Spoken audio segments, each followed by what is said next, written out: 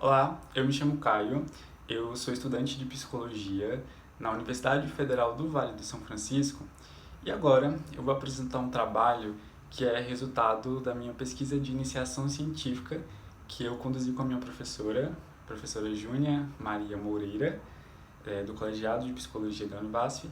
E o nosso trabalho ele chama Isolamento Social devido à pandemia de Covid-19, rotina diária, flexibilidade psicológica, estresse, depressão e ansiedade.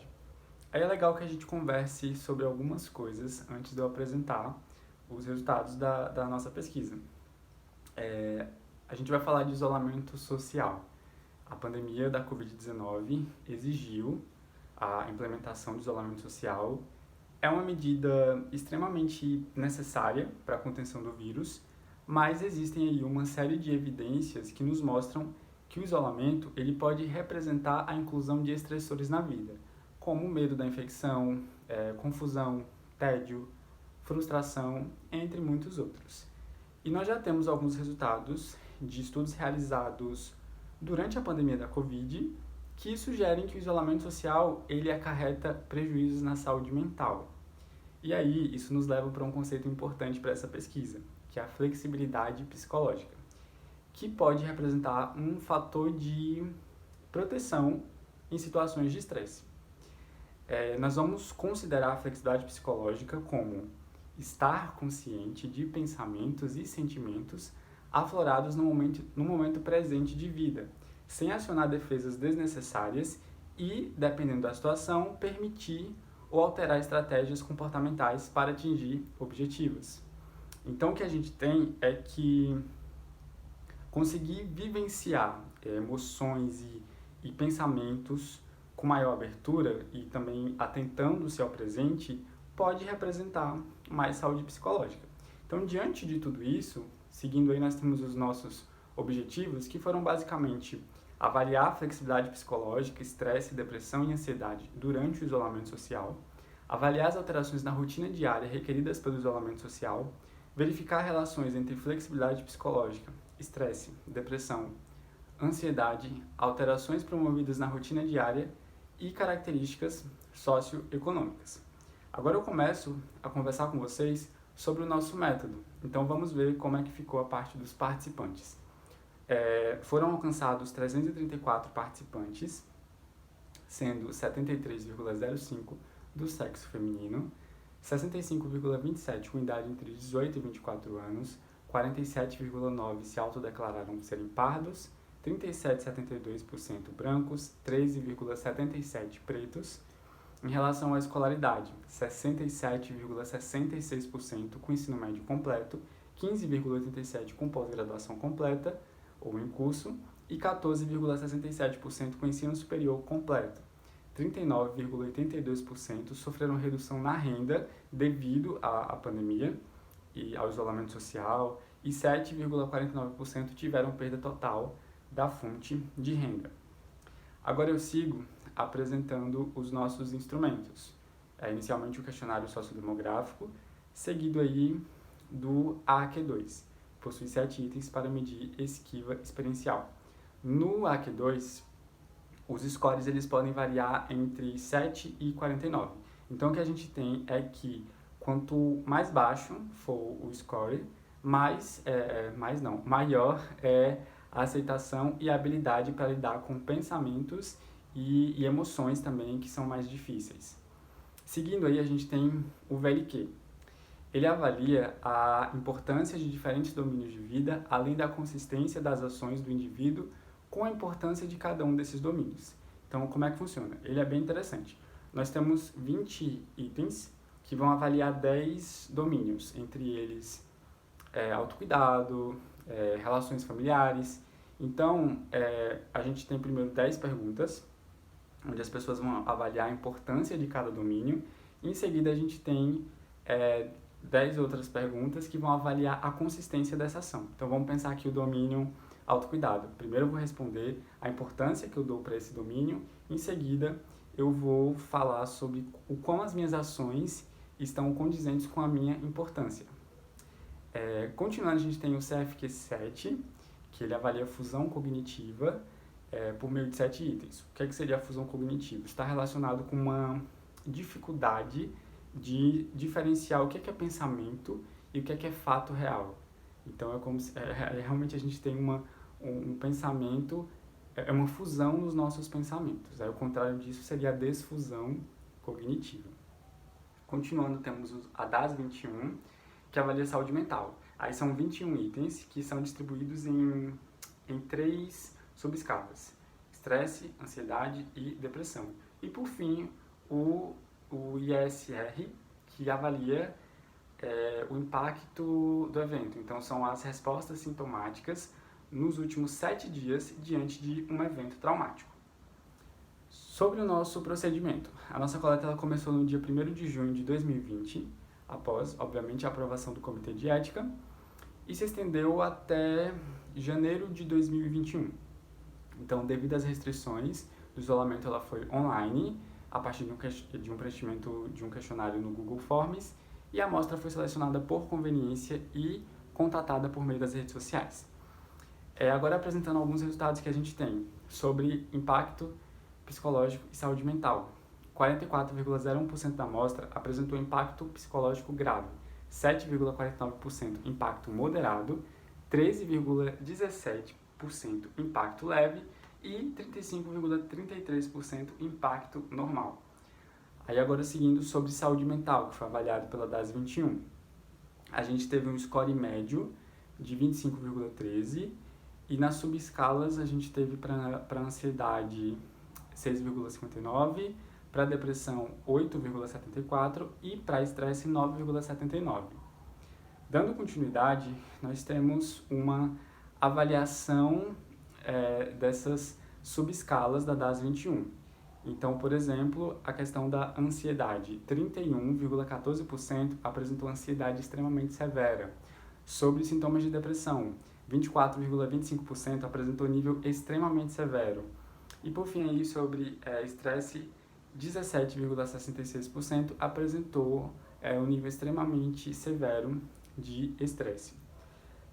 Seguindo aí com algumas correlações, a gente teve uma correlação positiva forte entre o CFQ7 e AQ2.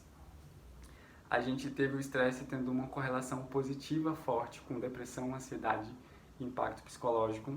A gente teve depressão tendo uma correlação positiva moderada com ansiedade.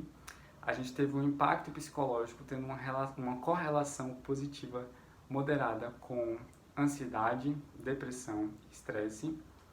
Em seguida, aí tivemos o CFQ7 tendo uma correlação positiva moderada com estresse, ansiedade, depressão e impacto psicológico. Então, o que é que isso significa? Quanto mais fusão cognitiva, mais ansiedade, mais depressão e mais impacto psicológico. Lembrando que fusão cognitiva é aquela dificuldade de distinguir o que é pensamento e o que é realidade.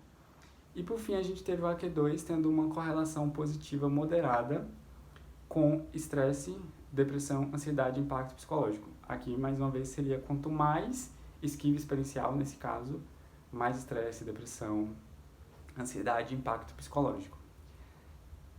Seguindo aí, a gente traz alguns dados em relação à flexibilidade psicológica. A gente tem a pontuação do AQ2, esquiva experiencial, esquiva e aceitação experiencial, né? Os participantes apresentaram uma média de 26,4. No CFQ7, que avalia a fusão cognitiva, a média foi de 27,88.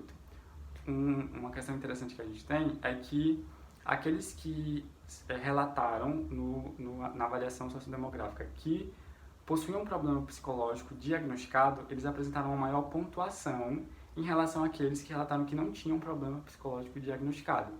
O que é que isso sugere? Que existe uma maior dificuldade de aceitação das experiências emocionais difíceis e também dificuldade naquela distinção entre pensamento e fatos reais nas pessoas que relataram ter problema psicológico diagnosticado. Seguindo aí, nós temos resultados muito interessantes em relação ao VLQ. O VLQ, ele avalia valores de vida. Lembra dos domínios? Então, o que a gente tem é que o que houve mais discrepância foi nos domínios de lazer, bem-estar e de autocuidado físico, o que é muito compreensível devido às medidas de restrição, ao isolamento. Essas atividades, principalmente de lazer, ficaram bem mais restritas. Nós temos agora alguns dados sobre a demografia. Eu trouxe aqui algumas características sociodemográficas dos grupos que apresentaram classificação grave de impacto psicológico e classificação severa ou extremamente severa para ansiedade, depressão e estresse. Começando aí em relação ao impacto psicológico. Quem apresentou classificação grave? Maioria mulheres, idade entre 18 e 24 anos, pardas, com ensino médio completo, e 48,22% sofreram redução na renda. Sobre a DAS 21, o que a gente tem?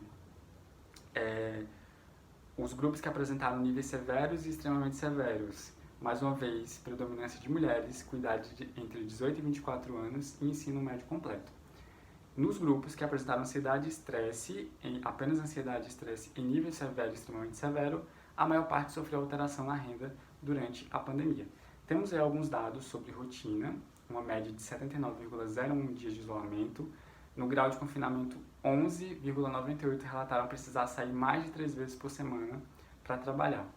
Seguindo aí com outros dados de rotina, a gente tem uma piora na alimentação para 52,69%, redução da atividade sexual para 50,60%, tempo diário de lazer, como leitura, jogos, filmes, 33,23% dedicam menos de 2 horas. Sobre o tempo de realização da atividade física, isso é importante, 63,47% relatou não realizar nenhuma atividade. Sobre as atividades profissionais, 27,65% não estavam conseguindo realizar nenhuma atividade devido às restrições. Outro dado muito interessante que a gente tem é sobre o que estava mais preocupando as pessoas em relação à Covid-19. A gente teve que as maiores pontuações foram para os itens de medo de transmitir a doença, a imprevisibilidade de duração da pandemia e também o medo de contrair a doença. Esse dado é interessante porque ele nos mostra sobre a importância que a gente precisa dar para fontes de informação seguras.